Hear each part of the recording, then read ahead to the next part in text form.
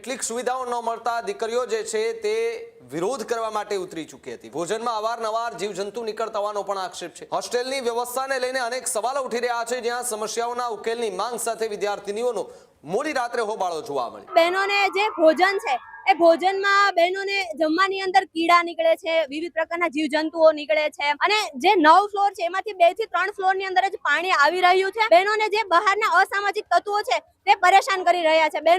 બહેનો કોલેજ જાય છે, પોતાના સ્ટડી સેન્ટર માટે જાય છે, ત્યારે બહેનોને વિવિધ પ્રકારના આવારા તત્વો બહેનોને હેરાન કરવામાં આવે છે। અહીંયા અમને જમવાનું સારું આપતા નથી અને જો જમવાનું અમે રિવ્યુ નેગેટિવ લખીને તો એમને લખવા જ નથી દેતા। મને તો ક્યારેય લખવા જ નથી દીધો, કારણ કે મેં 2-3 વાર નેગેટિવ રિવ્યુ લખેલો છે। જમવામાં જો એકવાર પ્લાસ્ટિક નીકળેલું, વાંધો નીકળેલો, એવું તો જો કે ધનેડા ને એવું તો રોજે નીકળતું જ હોય છે, ઈળું ને એવું બધું। આ લોકો ડીશ સારી ધોતા નથી, કાંઈ એવું કઈ થતું જ નથી અને જમવામાં મકોડા કીડી આ તે નીકળે છે। મારે એક્ઝામ શરૂ હતી અને જમવાનું સારું નહોતું બપોરનું। મેં કીધું મારે રિવ્યુ લખવું છે, તો મને આના વોર્ડને એવું કીધું મને જ્યાં હોય ડાઇનિંગ હોલમાં કે તો ઈ કે વાંધો નહીં તમે અત્યારે લખ, ઈ કે સારું લખો, ઈ લખવા નહીં દઉં પણ ઈ કે જો હમણાં સારું બનાવી નાખું છું ને પછી તમારે જોવા આવવાનું, તો મારે એક્ઝામ હોય હું નીચે જોવા આવું પછી। ભાવનગરની સમરસ ગર્લ્સ હોસ્ટેલમાં મોડી રાત્રે બબાલ થવાની વાત સામે આવી છે। જે દીકરીઓ ત્યાં રહે છે તેમને કેટલીક સુવિધાઓ ન મળતા દીકરીઓ જે છે તે વિરોધ કરવા માટે ઉતરી ચૂકી હતી। વિવિધ માંગણીઓને લઈને વિદ્યાર્થીનીઓએ વિરોધ નોંધાવ્યો, જ્યાં હોસ્ટેલમાં સુરક્ષાને લઈને જે ત્યાં વિદ્યાર્થીનીઓ છે તેમાં રોષ વ્યાપી ઉઠ્યો છે।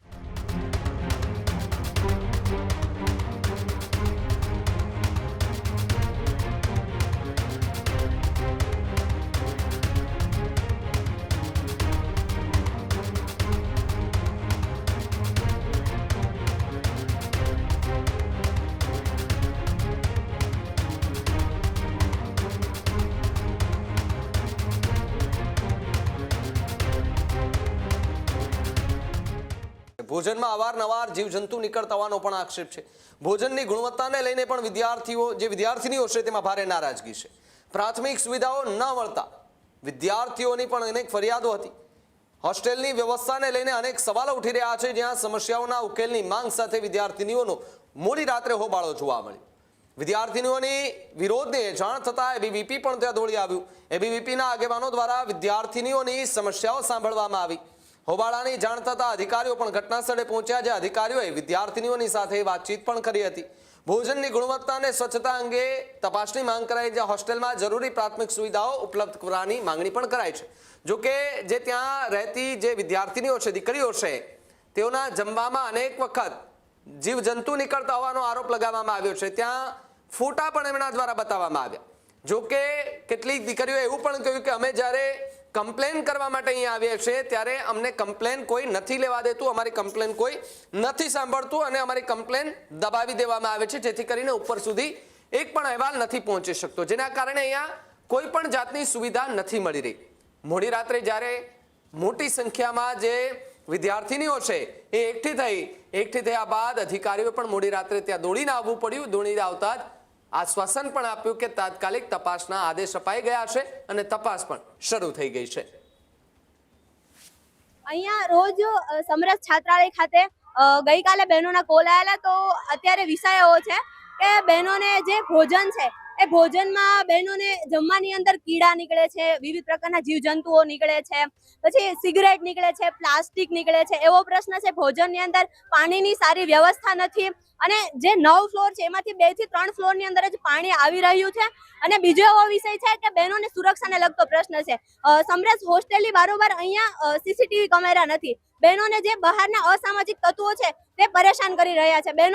બહેનો કોલેજ જાય છે, પોતાના સ્ટડી સેન્ટર માટે જાય છે, ત્યારે બહેનોને વિવિધ પ્રકારના આવારા તત્વો બહેનોને હેરાન કરવામાં આવે છે। એ બાદ અહીંયા બહેનોને પર્સનલી ટાર્ગેટ કરવામાં આવે છે કે જ્યારે બહેનોને પોતે કંઈ પણ ઘરની અંદર ઇમરજન્સી હોય છે ત્યારે બહેનો જાય છે તો બહેનોને રજા દેવામાં નથી આવતી, ઇવન એપ્લિકેશન દેવામાં આવે છે, પ્લસ વાલી જોડે વાત કરવામાં આવે છે, છતાં પણ બહેનોનો આ વાત ધ્યાનમાં લેવામાં આવતી નથી। આવા પ્રકારના વિષયો બહેનોને છેલ્લા 4 થી 5 મહિનાથી હેરાન કરી રહ્યા છે। અહીંયા અમને જમવાનું સારું આપતા નથી અને જો જમવાનું અમે રિવ્યુ નેગેટિવ લખીને તો એમને લખવા જ નથી દેતા। મને તો ક્યારેય લખવા જ નથી દીધો, કારણ કે મેં 2-3 વાર નેગેટિવ રિવ્યુ લખેલો છે અને એ સારો જ રિવ્યુ લખાવવા માંગે છે। અને અહીંયા જો 2 દિવસે લિફ્ટ તો બંધ જ હોય છે। 9મા ફ્લોરે રહીએ તો અમારે હું ચડવાના દાદરા અને એક તો અમારી ઇન્ટર્નશિપ ચાલુ હોય તો અમે સાડી પહેરી હોય એવામાં અમે દાદરા ચડીએ. અને અહીંયા પાણીની મેં અહીંયા કદાચ મારે 1.5 મહિનો થયો છે હું ઘરેથી આવી ત્યારનો મેં ત્યારની કમ્પ્લેન્ટ લખાવી છે. હજી મારા ફ્લોરે પાણી આવતું નથી. અમે 3જા ફ્લોરે રહીએ અને અમારે 9મા ફ્લોરે પાણી ભરવા જવું પડે છે.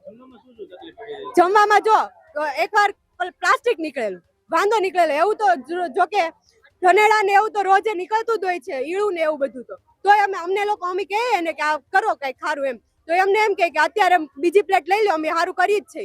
અને કોઈ દિવસ પછી સુધારો આવતો નથી. રોજે નીકળે એક છોકરીને તો નીકળે જ છે. અહીંયા 1 વર્ષથી રહું છું. મને અહીંયા જમવાનો પ્રોબ્લેમ છે. આ લોકો ડીશ સારી ધોતા નથી, કાંઈ એવું કંઈ થતું જ નથી. અને જમવામાં મકોડા કીડી આ તે નીકળે છે. અને મારી જ સાથે મારી પ્લેટમાંથી સિગરેટ નીકળેલી છે. અને એ પહેલા એ લોકો મને પરાણે ખવડાવ્યું. મને ખાવું નહોતું અને મને નહોતું ભાવતું છતાં ખવડાવ્યું. પછી છેલ્લે એમાંથી સિગરેટ નીકળી તો અમારે શું કરવાનું? જો રિવ્યુ લખીએ તો એ લખવા ન દે. અને જો મારે એક્ઝામ શરૂ હતી અને જમવાનું સારું નહોતું બપોરનું, મેં કીધું મારે રિવ્યુ લખવું તો મને એના વોર્ડને એવું કીધું મને જ્યાં હોય ડાઇનિંગ હોલમાં કે તો એ કે વાંધો નહીં તમે અત્યારે લખ, એ કે સારું લખો, લખવા નહીં દો પણ એ કે જો હમણાં સારું બનાવી નાખું છું ને પછી તમારે જોવા આવવાનું. તો મારે એક્ઝામ હોય હું નીચે જોવા આવું પછી તો એ લોકો સુધારી નાખશે પછી પાછા. ખેડૂત ભાઈઓ છે ખેતરમાં ડ્રોન ઉડાવતા હોય છે ત્યારે આપણે એક પ્રશ્ન સતાવતો હોય છે કે જે આપણે અત્યાર સુધી જીપીએસ ટેકનોલોજી વાળા ડ્રોન વાપર્યા છે જેથી કરીને મોબાઈલ ટાવર છે અથવા તો હાઈ ટેન્શન લાઈન પસાર થતી હોય, કોઈ વૃક્ષો હોય ત્યારે જે જીપીએસ ટેકનોલોજી વાળા ડ્રોન છે એમાં ટકરાય અને ટ્રેસ થાય છે. પણ એગ્રીવન લાવ્યું છે GNSS ટેકનોલોજી ડ્રોન, જેથી કરીને એ ડ્રોન છે એ કોઈ જગ્યાએ ટકરાય નહીં, પોતાની રીતે જ ડિસિઝન લે છે અને મૂવ થઈ જાય છે. જેથી કરીને GNSS ટેકનોલોજી ડ્રોન છે એ વાપરવાનો આગ્રહ રાખો. અત્યારે જ ન્યૂઝરૂમ ગુજરાતની યુટ્યુબ ચેનલને સબસ્ક્રાઇબ કરો અને ઇન્સ્ટાગ્રામ અને ફેસબુક પર ફોલો કરો. અપડેટ રહો, સત્યની સાથે રહો.